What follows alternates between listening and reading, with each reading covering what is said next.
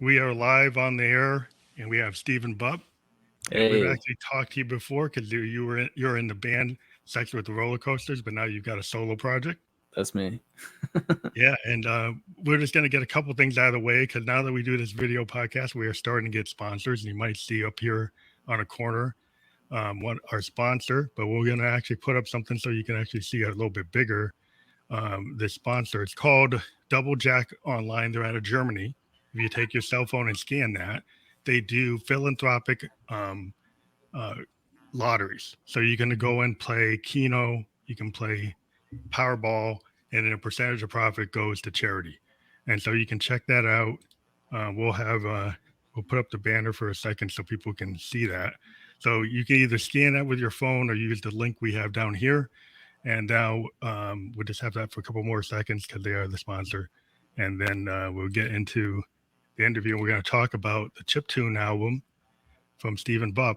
So we'll get this off the air now. and, and then get back our Phantom logo because everybody wants to see Phantom. Yeah, there's the Phantom logo. For sure. So, yeah, this year's been kind of weird. And, people are starting to figure out different things, and it's cool. I mean, I was talking to you, and it's like, wow. It's like I see you out there. I was like, oh yeah, you're from Sex with Rollercoasters, and now you actually have a very unique project that's totally different than what you did in the band. Thank you. Yeah. I've you've known me from Sex with Rollercoasters. I've been in that band for years. I've been playing rock and roll music for years, namely guitar and just doing like punk rock stuff since I was like a teenager. But unfortunately, we couldn't meet up because of all the things happening. But I want to continue to make music, and I didn't want to just make more rock music because that's what the band's for. Yeah. So I just started making. I just picked some stuff I thought was cool and just started making weird chiptune video game music. Well, there's one thing I've always noticed because like the video game industry is kind of competing with like the same fans that used to buy music, right? They're totally engaged with Sure. YouTubers, watching Dashy or whatever. They're on there playing, all the games, and gamers are kind of ruling everything. So, do you have a love for video games or that kind of chiptune type of sound, or from that kind of old school gaming, or was this an idea for the sound for the music? Well, this is the second album I've released under my own name. My first album was like straight up music that I made with the Sega Genesis, just because I wanted to do something that that reminded me of like kind of like what I used to do for fun, like growing up. I just picked the coolest sounds that I had. So when I made this album, An Opera of Knives, I want to continue that, and so I wanted to use a Game Boy, get those real like crunchy 8-bit sounds. Oh wow! So the first album was the Genesis. Yeah. Yeah, I had a Genesis. I had a Dreamcast, and I had a Saturn, and I totally was in love with the Saturn.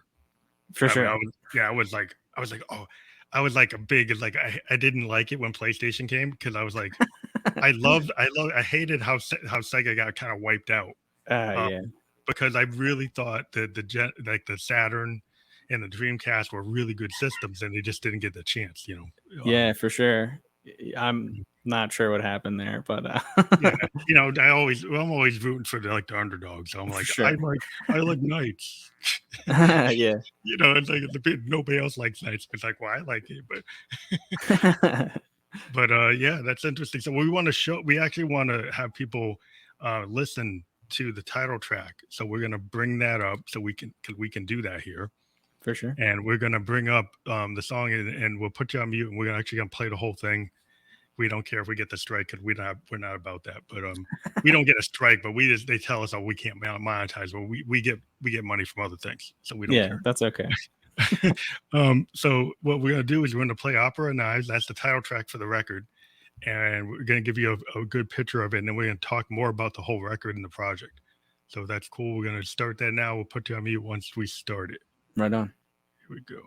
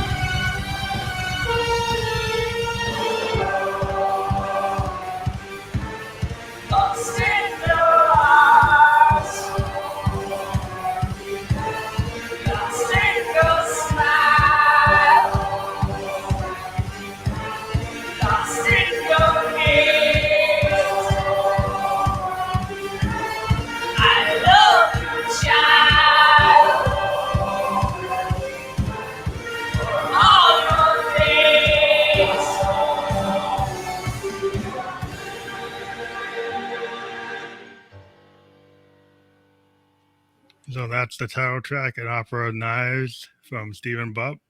And when we get back to our main view, so everybody can see where we are. So that what's cool about that song is, like I said, is like it's interesting because I heard, I kind of felt like a little bit of a Pink Floyd vibe, a little bit from the early Floyd, but then at the end I kind of heard a little bit of like PIL. Okay. Like Public Image Limited, you kind of channeled a little kind of Johnny Lydon at the end. It kind of reminded me of like a Public Image Limited, like from Metal Box or something.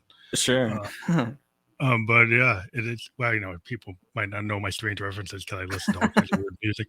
But like Sid Barrett, Pink Floyd. I'm not talking about the big, you know, expansive Pink Floyd. Sure. More like the original Pink Floyd. But so like the whole project is very different than what people would know of you from Sex with Rollercoasters. For sure. And you had done a previous album that we had talked about.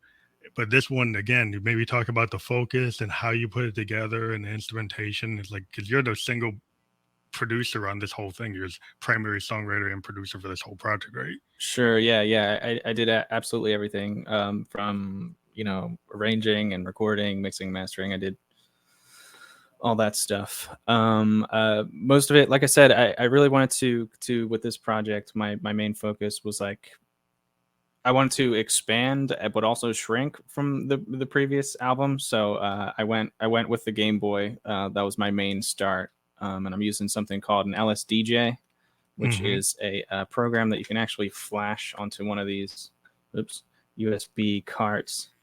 Cool. And that has a tracker in here, so it's got like a list of stuff, and you literally put stuff on the list, and it uses the actual Game Boy sounds, which, you know, you can just put right into your computer or whatever. So I wrote all the songs as sort of like a sketch, using that, and slowly pulled stuff out to use like actual orchestral instrumentation to take those places. Yeah, it sounds like mellotrons and stuff like that, you know. But like orchestral pads, like what you could get off of like a D50 or like a D800 or something. But you know, I'm going into my synth head stuff. But yeah, it's just I like the direction because I'm a synth head, right? So I'm a total like hardware synth guy. I'm always like talking about Jupiter 8s and 106s and Moogs and right, Prophet 5s and Oberheimers. But like it's cool when I see somebody, you know, you're a guitar player, right? Primarily, yeah. Yeah. I always think it's really interesting how guitar players approach like synth type music. You know, it goes back to even like Pete Townsend, like his approach to synthesizers. He's known in even organs, like Hammond organs. Right. It's like in the synth world, he's like one of the best players. Sure. because the way he came at it is not what Keith Emerson did, right? It's Right. not what Stevie Winwood did. It's not what Stevie Wonder did. He came at it from a totally different way, and it's kind of like a very modular way, kind of what people do today. He was doing like with Bob O'Reilly, and Right. you know the stuff he did with the ARP 2600 on relay, For sure. and won't get and Who Are You? So yeah, it's just interesting to hear your approach with the chip tune, which is kind of a, is a very underground kind of thing. Right. But the way you did it is just really interesting. Maybe talk more to. I never really came to the table as being like a chip tune artist, but obviously I'm using a lot of chip tune hardware and stuff, and that whole community, like those people are mostly wonderful. They've accepted me and just are always promoting each other's stuff or promoting my stuff. It's a real cool community.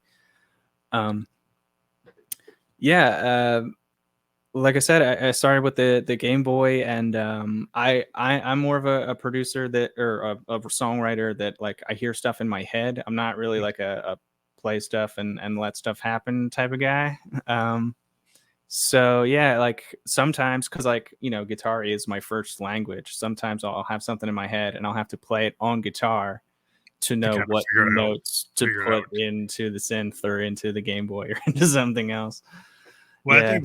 I think I said that I think that approach sometimes causes things to happen that a keyboard player won't do, right? Because we're taught as a keyboard player, if you're like, I think one of the cool things is when you come from a different instrument and you tried something else, like if you get a sax player and he jumps on a guitar. Sure. Yeah. Right. Then it's like he's trying to phrase like it's sax. Right. Yeah. He's trying to play saxophone with his fingers. Yeah. It's always really cool because I think they could even like synthesizer players. The way we think traditionally is we have to try to get in the head of the instrument we're trying to replicate. Right. So if I'm playing a sax, I shouldn't play endlessly because I should be taking breaths. Right. If I'm trying to play drums, I should try to think like a drummer and actually listen to drum tracks to try to pick up how a drummer should play. Absolutely. If I play a bass, I should try to think about like how a bass player plays. And so like the cool thing about if you're a synthesist, you're trying to like replicate other instruments like all the time. That's what we do. Right. But when you come into something like a chip tune, it's kind of like a feel. It's like a genre. So did you actually have to consult with anybody to kind of get into it, or you kind of just discovered it on your own? To actually learn how to utilize the hardware, I watched tons and tons and tons of tutorials and stuff, because it's not intuitive. You kind of have to know what you're doing. Yeah. There is an experimental process to get some of those like cooler sounds. The Game Boy is pretty interesting. It's got 4 channels. It's got 2 square wave channels that are just straight 8-bit noises. But then it's got a wave channel, which is like very, very primitive synthesis. So you can actually kind of like change the wave. You can pick saw, you can pick square, sine, and manipulate it that way. Like a wavetable, maybe. Yeah, it's exactly what it is. That's interesting. I didn't know that had that. Yeah. It's just that one channel. You can that channel actually has 2 purposes. You can either utilize it as a wavetable, or it can do like very, very small sampling. Oh, that's cool. Like PCM samples, like would have been like a D50 or tiny. They're minuscule. 4-bit at best, so they're like super distorted. But like, I mean, that's kind of the charm, right? Yeah, it's what you're looking for. Like if you're trying to pull 2600 sounds, like super basic, Right? Yeah, it's ultra rudimentary. Yeah. Once you get into these old game systems, like, I want to try to pull like something from an Intellivision or a ColecoVision. Yeah. Showing my age, because I actually grew up with those when I was a kid, and I could pick a 2600, a ColecoVision or Intellivision, and like everybody, I said 2600 because I look better to me. but I don't know. But my first system was a Sega Genesis, which is why I started with that. My first album.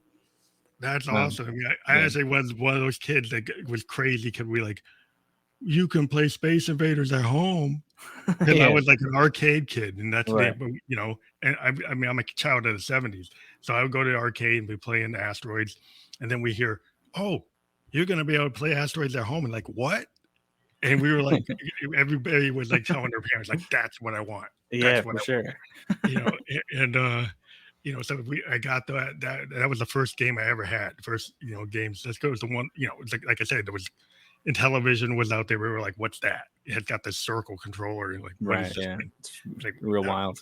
I don't know what that is.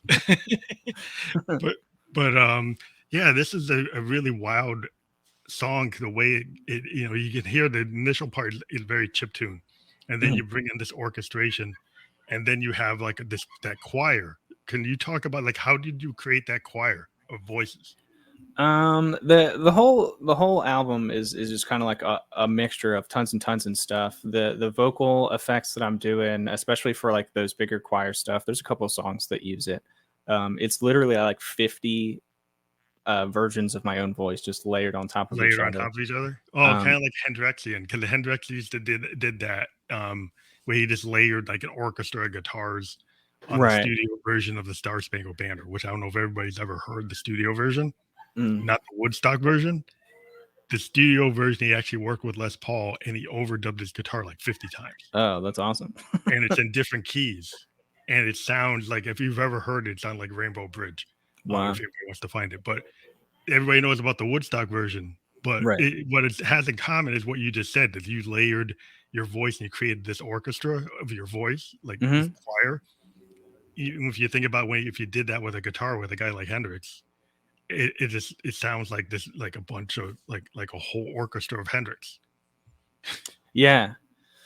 Yeah. So Really great it's that sounded. it's mostly my own voice, but to get some of those like more rich like lower male tones or like the Mhm. higher female stuff, I invested in like a vocal synth. Oh, um vocal synth, you ran it through that. so it's my voice on top, and then in the middle is this vocal synth that plays choir sounds. And you can play the notes with one hand, and on the other hand you can choose vowel sounds. Oh, cool. So they're actually like kind of singing what I'm singing, just minus the consonants. It's kind of like the old Mellotrons used to have like vocal choirs on Mellotrons where people would like run the It, old tape-based Mellotrons it's would like an actually ultra have. modern version of that. Yeah. Yeah. I use, to create Josephine Electric, if anybody knows me, I use a VT3 or a VT4 vocal transformer Hmm. from Roland, and it does what you just said. I can actually, my voice is, when it's Josephine, is pitched to a soprano. Right, like format To, change. yeah, and it does it in real time. And I run a form on it, and I run effects on it. Like I run like a bunch of other things besides that, but it just creates her in real time. Sure. And it's always I've always been very interested in vocoders, even going back to the old Moog 16 channel vocoder that used to be in the 70s. It was like phenomenal. That it's a bear. I think cost like $5,000. But yeah, it's just I'm a big proponent of using it to create characters, like the way Hmm. you're using. A lot of people use them to just stay like auto tune. But when you use them to create the kind of situation you did, I think that's kind of what I think they should be used for. For sure, yeah. Because it's more creative than just kind of, you can burn people out if you just use them the way you hear it a lot. Sure, yeah. Depends on what you're in the mood to listen to. Yeah, it just becomes like, oh, I heard that how many times? Somebody trying to sing when I know they can't sing. Yeah. Not to put down people, but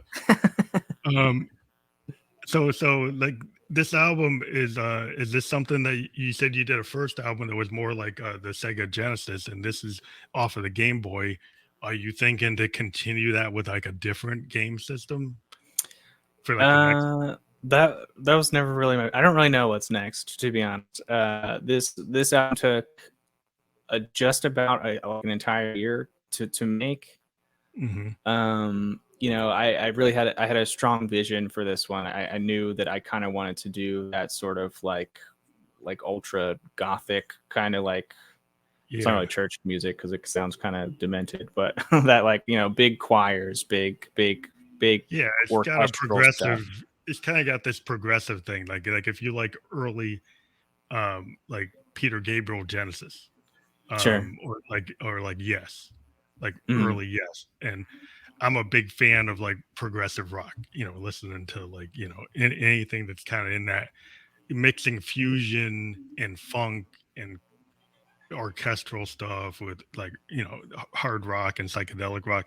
That's where my headspace is most of the time. That's what the ghost stuff is trying to do. Sure. um but yeah, so I totally get where you're going, because it's a kind of a hybrid, because you've got this kind of like psychedelic aspect, kind of Beatlesque, orchestral stuff, but then it's strange, kind of like Sid Barrett psychedelia a little Thanks. bit. It seems to have it. I just pick it up, and then I heard a little Johnny Lydon, like I said, like pill in it Mm, at the end. At least that's what my ear heard. But that's my interpretation. But what end up at the end of the day is like that's a cool mixture, because it's different. Like I can hear influences, but you're doing it with your stamp. sure. Yeah. And I don't necessarily know what my own flavor is, but I kind of feel like if you were to listen to my stuff, you could tell that I had my hands in it, regardless of what it was. Yeah. I mean, it's you. It's you, but you can, like, I always like hear influences, or I like interpret influences, but I do love the reason I talk to independent people like yourself or indie musicians is because of the venture that you are willing to actually do something different. Which is why I like to talk to people like yourself, is because there's Thanks. a lot of stuff out today where everybody wants to go to the same 10 producers and Sure. do the same type of thing. Uh-huh. And even like even if you could have been in, just done another replication of what you already do in your band, That's yeah. um, which is like the safer thing to do. And business people probably would say, well, why don't you just do that? but it's like, as an artist, you felt like maybe explain to the audience, like for people who know what you do in Sex with Roller Coasters, like why you chose not to do that. Like I said, I've been in Sex With Rollercoasters for years and years and years. We started that band in 2006, so whatever the math is, 15 years, something like that. And we were doing that pop punk, psychedelic punk type stuff, and obviously tons of other genres mixed in there, because we all love multiple Everything. genres. Yeah, we just Yeah. love music in general. But that's the music I do with those guys, and I could just do more by myself, and it would probably sound just like a Sex Roller Coasters album, just maybe less more focused, because obviously I don't have the The whole influence. band. Yeah. Yeah, because Like a they all Pete Townsend versus Pete Townsend solo album versus the Who. right. Yeah, Like, yeah, you can tell it's like a Who type of thing, but it's like, okay, it's like when he just, like, it's like Behind Blue Eyes, like when he does a song that's just his voice right, versus Roger Daltrey doing, like, is typically the voice of the Who. right. If you have a whole album that's all Pete, then you get like a different level. It doesn't have the raw power to Daltrey got, Yeah. But, Yeah. So I could just do more than that, but especially when I wrote that first album, I really wanted to do something. Like I said, I wasn't really trying to do chiptune. I was just trying to write music.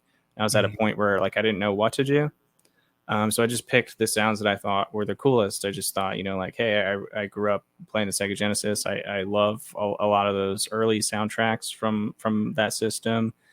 And I'm also a big fan of more modern soundtracks, both with video games and movies and stuff. So I just kind of mixed that. Obviously, you can hear my rock and roll influences, especially on this new album with like the drums and stuff. yeah, the drums. Yeah. I love Very rock and roll drums. Are you playing the drums? Yes, they're drum samples, but I wanted to make sure that all the, like you said, I want to make sure that all of the instruments were real, or at least as real as they could be. So I got an electronic drum kit, and I made sure to play it. So there are samples, but I'm playing like a Roland kit or any of those other kits. Like nowadays, you can actually have a really good electronic drum kit that actually sounds like a true drum kit. Yeah. So they are samples from an actual performance that I just kind of chopped up, put in the drum, the electronic drums. So you kind of tape spliced them. Yeah.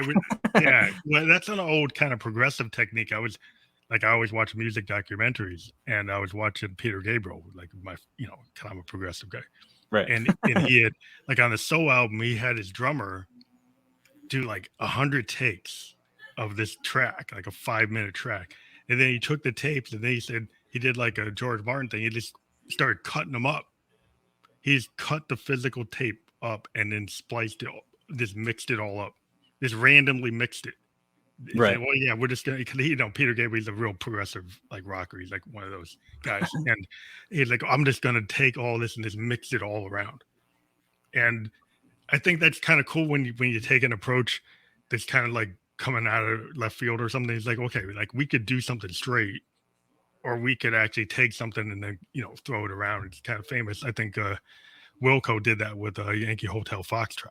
They're kind of famous that they went and took like what Jeff Tweedy was doing and then totally like just ripped it up. Right. It kind of turned it into inside out. And yeah, because somebody come with an approach, it's like, well, I want to try something different. Yeah, maybe you were looking at like the way the soft synths are today or the hardware synths, and you didn't hear what you wanted. So you came up like, well, I like this sound. And you went and found a way to make that sound. Yeah, for sure. Like I said, I had a pretty strong vision for an opera of knives. So like I knew exactly what I wanted it to sound like by the time I was ready to record. So I knew I wanted those sort of like bigger sounding rock and roll drums. And you know, I went out and I bought a sample pack and played it. That's cool. I mean, it's cool to know when you're a songwriter what your vision is. Like when you get into it, like I've written like rock operas. Yeah. Where like you know, it's kind of like a Tommy thing, like, you know, because I'm a big fan of Tommy and Quadrophenia and all those. That's kind of what I was trying to do with this is you know, like each song kind of is like the next chapter of the story. Yeah, I was going to kind of ask you, is this kind of like a Tommy or Quadrophenia in your mind? Are you trying to make it like that? Make it be a rock opera? Yeah. So with both albums, I tried to make a story. You know, of course they're super interpretive because I never lyrically, I'm just not a really specific kind of guy. You're just supposed to kind of feel it and put yourself in that situation. But yeah, you know, 2020 and 2021 was a tough year for me and for everybody, I imagine. Mm-hmm. And so this is just kind of like a rip out of my diary and just kind of putting. But it's more of it's not like a tightly woven, like Tommy is a very clear story. It's not story. That clear. But there is a plot and it moves forward. It's kind of like people like say, well, potentially like Sgt. Pepper's is considered to be potentially a concept album, but there's really no concept, right? There's just a bunch of songs that go together, but you'd be hard pressed to say what is the story, right? But it feels like it's some kind of theme, but you can't pin it down. It's like whatever you feel it is. It's like peace and love or psychedelia or whatever, but it feels like it's something. But you can't define it. And then later in the 70s, that becomes like the roadmap. Oh, we could take that and actually make it mean like what Pink Floyd does. Yeah, retroactive. You know, like what you know, the Quadrophenia was, or what Queen ended up doing with A Night at the Opera. I mean, people can say, oh, yeah, I can actually take that kind of idea and actually make it mean something. Or I could keep it psychedelic and like, you know, sometimes with the Yes songs, you're like, it's a theme, but what does it mean? Yeah. You know. Yeah. This hopefully, because like I said, you know, it's up to the listener, but this one is supposed to be a little bit tighter than that. You know, there are characters being. I'm always referring to either you or me, or there's this third character that I refer to who's called the Lurker in the Shadows, and I refer to him a couple times. And then, you know, I like I said, you know, I love scores, just particularly in video games, but in movies and stuff. And I took a lot of those ideas while I was like orchestrating this album. I'm using a lot of leitmotifs and reorchestrating them in different songs to kind of like move the plot along. So not only are there like lyrical characters, but they're also like musical characters, I guess, because the music is saying the same phrase in a lot of the songs, if not everyone. But it's evolving in key, in tone, and stuff like that. Yeah, I love that kind of thing because like a lot of people, you listen to like Genesis Lamb Lies Down on Broadway.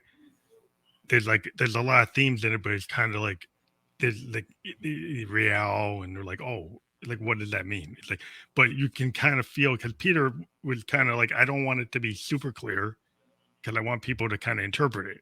Right, exactly. And so you can either spell it out, like Townsend wants to spell it out because that's his style.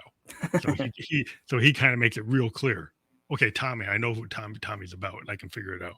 But like it, I think it is more interesting sometimes if you come with like, I got this lurker. Like, okay, ooh, what does that mean? Because then Right. it's like when you're a novelist, if you create this kind of mystery and you're not so clear, I think it's like when you're doing a movie. Like if you have a Hitchcock movie, and one of the best things about it is like I can't really figure it out until I get maybe all the way to the end. Yeah. Yeah, you know, and I kind of tried to do that, because the whole album is very, very melodramatic. It's supposed to be huge and whatever. But like right off the bat in song one, I'm introducing you to the main theme within seconds, and then of course it devolves into some other song. But like I said, I could spell out to you exactly my intentions, but I would much rather you interpret it and kind of come up with whatever yeah. you think is going on. I think that's always good, because if you listen to fans, like they always misinterpret the lyrics from songs. Yeah, You but may have I'm people come just up saying do that on purpose. no, but it's kind of cool. I think because everybody kind of, to me, I think in terms of sound paintings, right? So when I listen to something, it brings up an image to me, and I think that's like the one thing about when you're a songwriter is like you could have like a general theme that you're trying to convey, but how your fans interpret it is their own personal interpretation. Sure. And I think it is kind of cool when you leave it, like if you create a music video and you step it out to be exactly what you want that song to mean, Right. and you kind of take away that, compared to like if you make it very psychedelic and it really doesn't seem to match, then people can still have their own interpretation. Right. But if you turn it into like a really clear storyline, then Yeah. you're like, oh well, then you took it away from them. Like I said, I could spell it out, but there aren't really too much vocals in the album. I use them just kind of like an instrument. There's in the Yeah, song it's that kind we of like listened to, jazz. It's the kind of title. like Coltrane. Like you just Yeah, break the line, just a little spice of vocals. Well, I think it's cool because I listen to a band called Sun Ra, a jazz band, right? And they're famous for just doing like lines like "Space is the place," Hmm. or or like they're very much like Coltrane, where they'll have lyrics in their jazz, in their fusion, and their bebop, but it's only a couple lines, and they'll have like a theme. And their famous one is like "Space is the place," because it's kind of sci-fi bebop, and Sure. you're like, and you get this idea that like, what, these cosmic brothers, they're writing this jazz, and it's like, oh, we're going out into space, we're traveling the spaceways, but it doesn't really go into like, okay, what are you doing out there? No, Right. it's just like a chant. You're just supposed to You know, feel it. Yeah. you feel it, and it's kind of cool when you just do very sparse lyrics like that, that you can kind of put a little bit of a feeling, and then leave it open, and then you can still try and direct a little bit of a theme. It's like, okay, we're talking about space. Yeah. We're talking about the interstellar ways, and then but then you can kind of fill it in to what you think where we're going. Yeah, in the first song, like I said, right off the bat, I introduced the musical themes of the song, and then I got a couple lyrics in there that kind of like pose the question, like, what is this album about? And then we got a couple more songs, and then if you listen to the last song, the lyrics are the same as they are in the first one, but there's a little bit more to So you get kind of like like a common bookend it. theme. Yeah, Yeah, it's kind of like a Love Supreme. Because if you listen to the suite of Love Supreme, like you'll hear it multiple times. It comes in because that's the theme. And right. same thing with like Space is the place. It'll be Space is the place, and it'll come in a couple of times, and then I might talk about interstellar ways and other things or in the cosmos, but it doesn't really deviate, but it'll come back to a central theme, which is typical jazz, is Right. it'll go off and then come back and go off, come back, go off, Right. but it's kind of concept stuff, when you get into fusion and bebop, some of it is very conceptual in terms of the thematic use of things, but yeah, I think it's cool when you can take those kind of ideas and put them into other genres. Which is like, I think that's what the cool thing about this age right now is the ability that you can mix country, you can mix funk, you can take classical, psychedelic, and EDM, and you can get people who say, "Well, I don't really want it to be EDM." It's like, "Well, what happens if you mix it with trap? What Right. happens if you do? Why not? Like, why do you have to have the drop here? Like, why Sure. I can't you mean, just you can jump on the train, or you can try to like get ahead of the change it, curve change it?" and make your own train, get your own track. Yeah, Yeah, I like for Opera Knives, I wasn't really trying to do anything in particular. I just had an idea, and I was just like, okay, let's throw all the stuff that I can do at it. I wanted an orchestral album. I wanted a chiptune album, but I also wanted it to be a rock opera. So why not all of those? well, I think that's the whole nature of what I call like expansive sound, which is I associate with like my brand, but I've always tried to tell people like expansive sound doesn't just have to be Phantom. Sure. Like anybody that's like thinking in that terms is like, I think that's where all musicians want to go. Is they say, you talk to a lot of musicians, they'll say, well, I don't want to get pinned down that Yeah. I'm indie rock or I'm alt rock or I'm this and that. So you say you're expansive, then what does that mean? Well, that means we can do anything. You can do everything.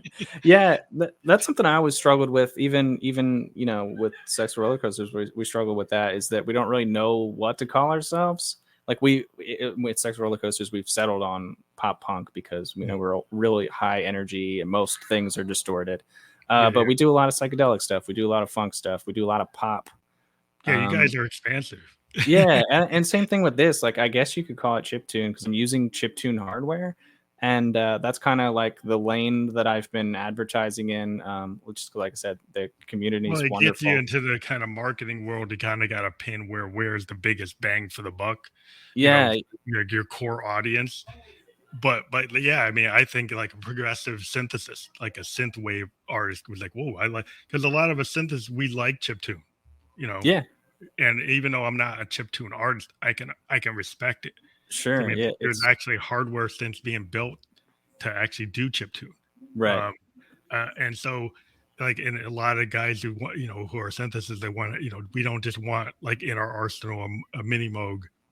Sometimes we're looking for that edge, and like a chiptune like machine is like, oh, that gives me like a different angle. Right. And not that I would have the whole album that, but like to bring that flavor in. It's like I would think if you're a guitar player, right? I was listening to some guy who was saying like when you mix guitars, it's like this orchestra of guitars. Like when you do an album, a lot of times you'll do different tunings, different guitars, different effects Oh, coming from sure. different channels. All And layers. and synthesis do the same things. Like we might have our big Moog bass, but then we'll have a Prophet 5 because it can sit in the mix, Right. or an Yeah. Right on top. Oberheim, or a D50 because what the D50 can do, or a DX7. Even going into like the organs like Hammond B3s, and just all kinds of electric pianos. Everything has like a different tone, and you want to sit it in the mix Sure. in Yeah. different ways, right? So when you hear something like a chip tune, it's like, well, I could take a Moog and have a chip tune come in, or maybe have like a D50, and all these things could have like a layering effect, like in the idea of like a sound painting. Sure. So this like depends on what degree you put what in the mix. You can have this picture and a sound picture that can convey what you're feeling as the writer. The cool thing about chiptune is that because it's so rudimentary, like these, especially the older machines, they had to be made affordable for you able to buy and to play, and when you want to buy all the games and stuff. So those sound chips are really rudimentary. They're very very Super basic. yeah, and that gives you constraints. That gives you sort of like a small confinement that you have to work in. And I think working with little breeds a ton of creativity because you have to learn like, oh, I want a big drum fill at this part, but I only have 4 channels to work with. Hmm. So, maybe now I'm putting the bass on the offbeat because on the downbeat I need that bass drum sound, and Yeah, there's just not enough channels to make noise. but it's kind of like the whole point of like some of the old monophonic analog stuff was like you only could do so much, right? So Yeah, you had to like, well, how am I going to fit this into the mix? And the limitation is like, what was like, why would you like, you can use all these new synths that have tons of layers of effects and like 32 LFOs, but you might go and just use a mini Moog, or you might use a mini Korg, which is like only monophonic, maybe only has one LFO, because there's something about that simple sound, just using the square wave or just using the triangle or only having one LFO. And the limitation of using that sometimes actually can cause you to do things that if you have like all the LFOs in the world and all the mod matrices, that you go maybe too far with all these things happening in the sound, and then it's like it becomes like, okay, well, I want to get more basic. Right. And if you go down to the basic roots and get like a very simple synth, you can do really cool wide open demo kind of stuff. I always kind of point out, like, I think about Prince, like in Dirty Mind, it sounds like a demo, and it has a lot of appeal because he didn't layer it, because he kept it simple. Right. And there's a lot of Prince music that's like that. There's like, Warner's used to get after him and say, this song ain't finished, and he would like, yeah, it is, because that's what it is. Yeah. You know, and it's hard because people were like, well, it doesn't sound finished, but that's the point. Yeah. And that's something I struggle with. Like I said, you know, it all started on the Game Boy, but I started putting in the drums, the trumpets, the violins, cellos, blah blah blah, and I noticed that like the bigger it got, the more like the less appealing it was. So like for this album, I did a ton of like recording and then like carving stripping bits. things out. Yeah, so just to get it, you know, I recorded a ton of flute, but it's only ever used in the first song because I wound up like most of that was just taken up by like violins and stuff, and I just wound up never using it again. Yeah, I think that's the one thing when you're a musician. Sometimes I like to, like, I'll be like in a session, and I like that day I thought this was cool. Yeah. But then it's like, okay, I'm stop, go back 2 days later, and then let's do it. Like, nah, I should pull that out. Yeah. And I go in, there's like the day I did it, I was like, I thought that was awesome. Yeah. I can listen to it. It's like, nah, that's not good. Yeah, because you know you got a cake and you keep putting frosting on it because you think it's going to make it better, but eventually, you know, it's too sweet to eat, so you got to like wipe. Yeah, I mean, sometimes it's just like if you take like just a Moog bass, right, and then some weird like sample, and it's very sparse. And I was just playing with, like, I have this sampler, like a Morphogene sampler, it's like Eurorack sampler, and the cool thing about it is that you can control it with CV. So you can take a sample and then you cut it up by running it through all kinds of subtractive synthesis. Sure. And so that in itself can create like a rhythm, and you can use it instead of a drum.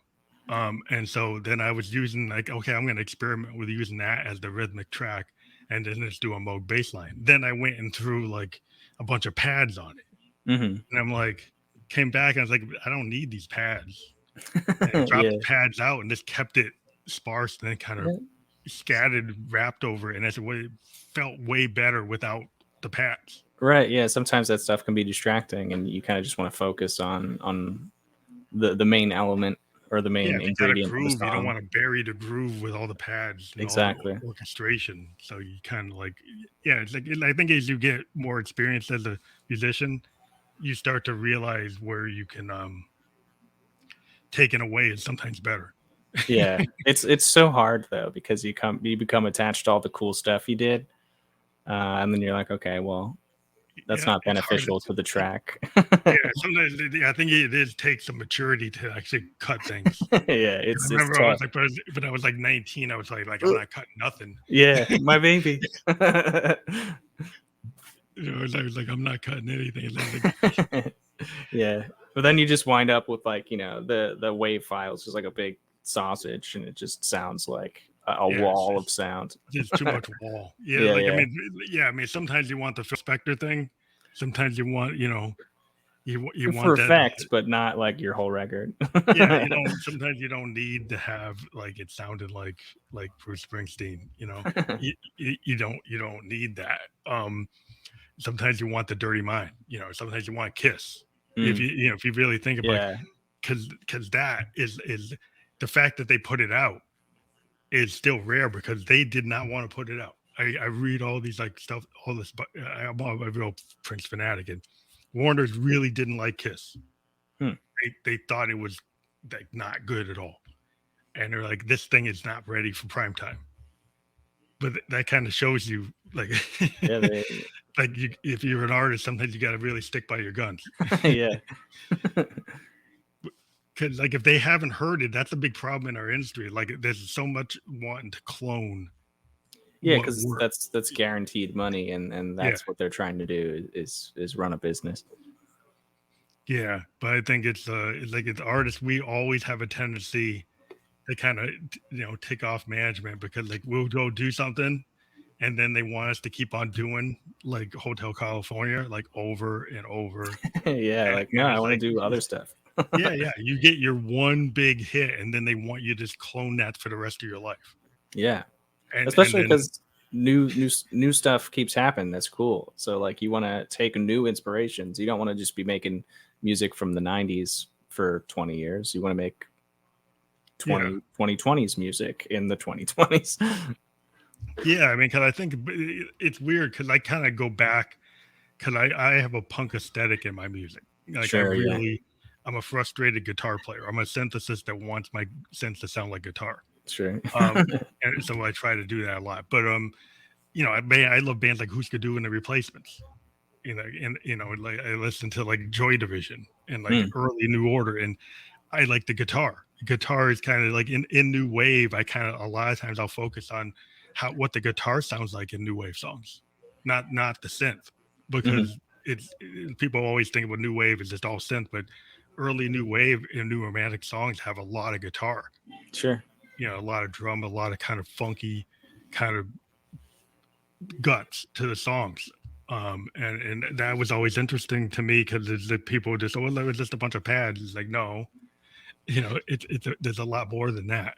Um, so it's interesting as you develop as a musician, just to figure out like what you're gonna dive into or try to bring back, because sometimes it feels like today in rock that there needs to be some kind of reinvigoration, Sure. kind of like when Kurt came on the scene. Kurt Cobain. It just seems like we need another kind of like jab in the in the side. Somebody needs to kind of come and hit the scene. Yeah. Yeah, I don't know. I mean, I don't know about the radio stations out your way, but out here, a lot of the rock and roll stations are kind of playing like sort of alternative electronic music in its place, like very guitar, drum and bass driven, but like lots of samples, lots of like that sort of just written in that sort of modern loop Yeah, there's a lot of sample mentality. industrial. Yeah, it's kind of industrial, kind of heavy, dark wave, kind of like not EDM, but like side trance. There's a lot of interesting things going on. But I've always been a big fan, like the Paul Westerbergs of the world, and bands like I said, like Who's Do, and I just love it when somebody can come and be like that, the honesty of that kind of punk. Hmm.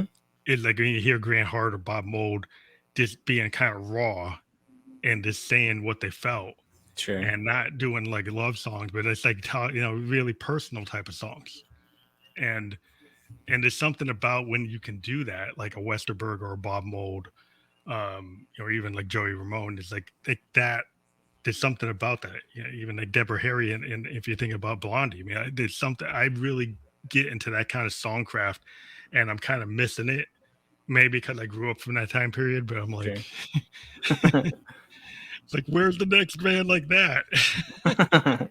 Yeah, I don't know. I think we're moving upward. But rock and roll will stick around, just like all Well, genres. All we always get surprised because yeah. I didn't see Kurt Cobain coming. I didn't see when Guns N' Roses came because they were kind of like a response to a lot of the hair metal bands, and they were they were like the Stones. Hmm. Because like we had a lot of hair metal. Maybe we had like Def Leppard. They were kind of like, oh, they're like our Zeppelin. They're kind of trying to do it. And then GNR is like, wow, oh, they're actually doing it. Right. You know, and yeah, so there's always going to be somebody comes along, you know, like another Pearl Jam or another Nirvana, Stone Temple Pilots or something like that. But yeah, I know in the underground, I'm always looking for them. Sure. Yeah, I'm sure they're out there. Yeah, Just I was talking to gotta you guys catch because the right like gig. I think at Sex With Rollercoasters, you guys in that kind of space to me. But so I'm looking forward. Did you guys planning to try to like when things get back to a certain Yeah, steady nature that you're going to continue our lives are all over the place right now, and we're all kind of doing your own thing? individual stuff. But as soon as we get a grasp of the reins there a little bit, we'll be back to making music. Yeah, because I like you. I love you know we've been doing a couple of things, and I think I invited you, but I don't know if you're uh, able to. But we started to do this thing called the Peg Bedroom Producer Festival, and we did it in July. And we actually had because of the lockdowns, we did an online producer festival. We called it the Peg Bedroom Producer Festival. We did it from the 16th of July to the 18th, and podcast guests. We had 22 podcast guests that had been on the show, played 20, 30-minute sets from wherever they were. Cool. So if they were in their basement or in their garage or on a sound studio, depending where they were in the world, they did a performance. And so we're doing it again in February, from February 11th to the 13th, and we invite anybody who's been on the show. If you want to do like an unplugged show, if you want to do a video, we had some bands that just did videos and then sent us the video, and then some bands Cool. actually played live from their bedroom studio, however they wanted to do it, and Right we on. did it. So like it's an open invitation if you can find a way to do it. Thank We actually rehearsed everybody and show them what to do, but yeah, we just For think people have a way to do that. for this project, I didn't really write it in a way knowing that I would Perform play it. it live. Yeah. So I have no idea how I would do that. But I have been, secretly doing some research to hopefully put some shows together and do a little something. That's So cool. I will let Yeah. you know. Yeah. If you happen to be available, we are booking for that time period. It's a weekend. The 11th through the 13th is like a Friday to a Sunday. For We're sure. running from like 7 in the morning to 11 at night. And we've got it like almost half booked.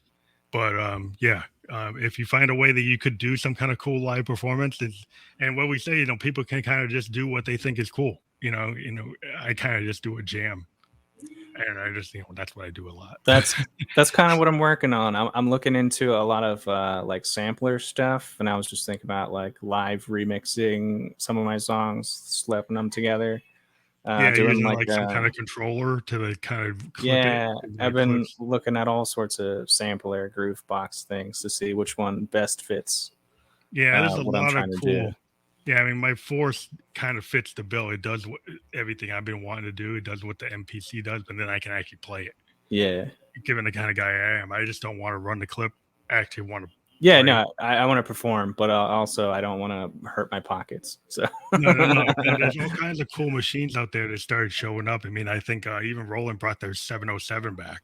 Yeah, the MC 707, and I'm not pushing anything, but that 707 was a cool machine back in the day, and the new version of it is pretty cool. But there's NPCs, there's all kinds of controllers from everybody. Novation's got control. Everybody's got a controller. I was looking at the Novation Circuit Rhythm. That's a good machine. It's very similar to my Force. It's kind of like the same thing, but it's probably cheaper. I have tons of friends who use the SP404. Yeah, and the new one came out. The brand new one, which is crazy. But the 404 is the standard. I've seen like Joji. If you ever seen Japanese artist Joji, he uses the SP404 real heavy. Yeah. So that's kind of the place I'm looking for. Yeah, he actually went to a club when he did an album release, and he used it to do like almost every song from his record live. That's awesome. I was like, I've never really used it. I understand how it works, but it's really cool to actually see him do it, and he was actually able to kind of DJ himself. Yeah, that's what I'm hoping to do. Yeah, that is a cool thing. I love artists that do that because I think it's really interesting. Like because I'm a single, like one person operation. It's tough doing it by yourself. And I've kind of depended on sequencers. Uh-huh. Like I'm heavily depending on like analog and digital sequencers and then foot pedals, and that's how I do what I do. Yeah, yeah. And I've never had like a all-in-one solution until I got this Force. But yeah, like what I used to do is just like control the clock from multiple things with like CV, Sure. and then kick things off with pedals, and I Right. kind of just like forced it.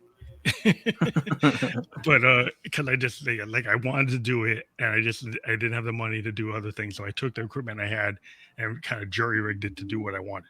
Yeah, yeah, it's gonna be me. But I think it's cool if you do that. Then you end up with like your own workflow that's like you. Sure. You know, Yeah. and then you're comfortable with it because you know how to work, how it works. And whether anybody else knows how to work, it doesn't matter. It's like as long as you can do it. Right. Yeah, that's my whole point. Is like if you're comfortable with it, it doesn't matter if that's like not the standard thing. It's like, if it works for you, it works for you. Absolutely. Well, I really appreciate that you came on the show. I think it's interesting to see what you're doing today. I'm glad that you're still out here doing work and doing art, because like today, sometimes some of the people I've talked to in the past, they've not been able to continue, and it's awesome to see that you're still doing it. Sure. Yeah, like I think I told you, like if any of the other guys in the band want to come on, like I'm open to having everybody come do whatever. Absolutely. show. I'm sure you'll have us all back soon. Oh, cool. Yeah, that's pretty cool. So yeah, thank you for being on the show. This will be out there on Spotify within like an hour or two, and we'll send you the YouTube, and Facebook, and Twitch links that are live. There'll be the permanent version, so you can send it to your friends and stuff. And we could actually send you an MP3 and MP4 if you want to take cuts of this and promote it however you want. That would be cool. Thank you. We'll send it to you like WeTransfer type of thing. But all right. Thank you. Thank you. Thank you so much. Yeah, we'll definitely talk to you later. And anytime you have anything new that you're pushing, always get in touch with us. We always like to stay in touch with the artists we talk to. Absolutely. All right. Thank you very much. It's Steven Bupp. Make sure you hit the link, download, favorite, subscribe, playlist, do everything you can. Please. Bye. Have a good one.